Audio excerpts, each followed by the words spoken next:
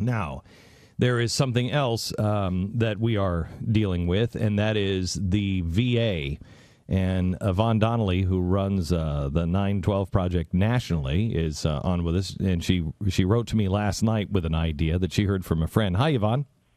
Hi, Glenn. How are you? Great. How are things in the People's Republic of New York? Well, it's still pure communism. It's good stuff. Good stuff. Can't get enough of that. So, Yvonne, tell me your idea on the VA. Well, it's actually not my idea, so I can't take credit for it, but I got contacted by a gentleman by the name of Bert McComas out of Phoenix. I don't know this guy. I've never talked to him before this morning, and I thought he had a brilliant idea. You know, our 912 groups are out there educating their communities and doing community service work, but they're always looking for other things to do. And this guy has a brilliant idea. Many of our groups are going out and doing things for our vets. They're going to the hospitals. They're going to the facilities in their areas. They're doing things for them, but let's do things together with them. So we want to charge 912 folks, your listeners, any great patriots out there, to actually go to the hospitals and the facilities and volunteer their time with those organizations.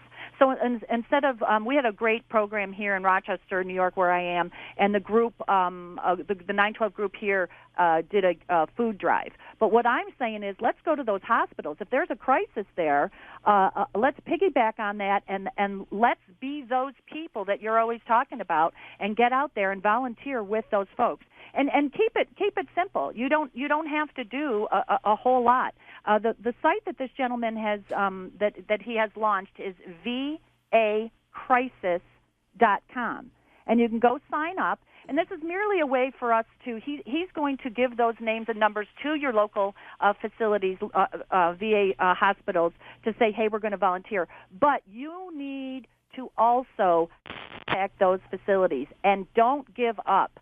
Keep calling them. They're busy people. Like, what are you going to do? A lot of red tape. What are you going to do? I mean, what are the jobs that you could do at a VA hospital? And who do you even call?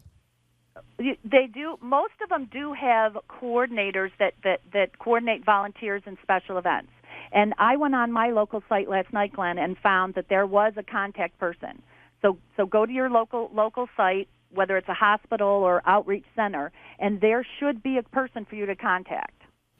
Yvonne, the reason why I had you on today is because I just appreciate this idea, and this kind of continues the promise that if you were a longtime listener of mine, that you made with me as in the Rallies for America, that we would not treat our veterans like the Vietnam veterans were treated when they came home. And we're in the throes of doing that right now.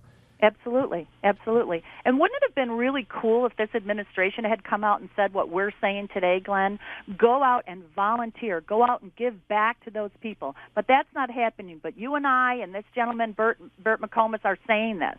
And it can be so simple. You know, bring a plate of chocolate chip cookies, for crying out loud. And I just love this idea so much, and that's why I reached out to you immediately, and I thank you for having me on and talking about this. It can just sign up for one single opportunity or a monthly event. Also, just FYI, your local Red Cross chapters also have departments, services to armed forces, and they partner with those things as well. I'm going to be talking more about this at the 12 o'clock hour. I follow you on Tuesdays on the Shannon Joyce Show on WYSL 1040 here in Rochester, New York, and we're going to be talking more about it. Good. Thanks a lot, Yvonne. We'll talk to you later. Thanks, Glenn. God bless. You bet.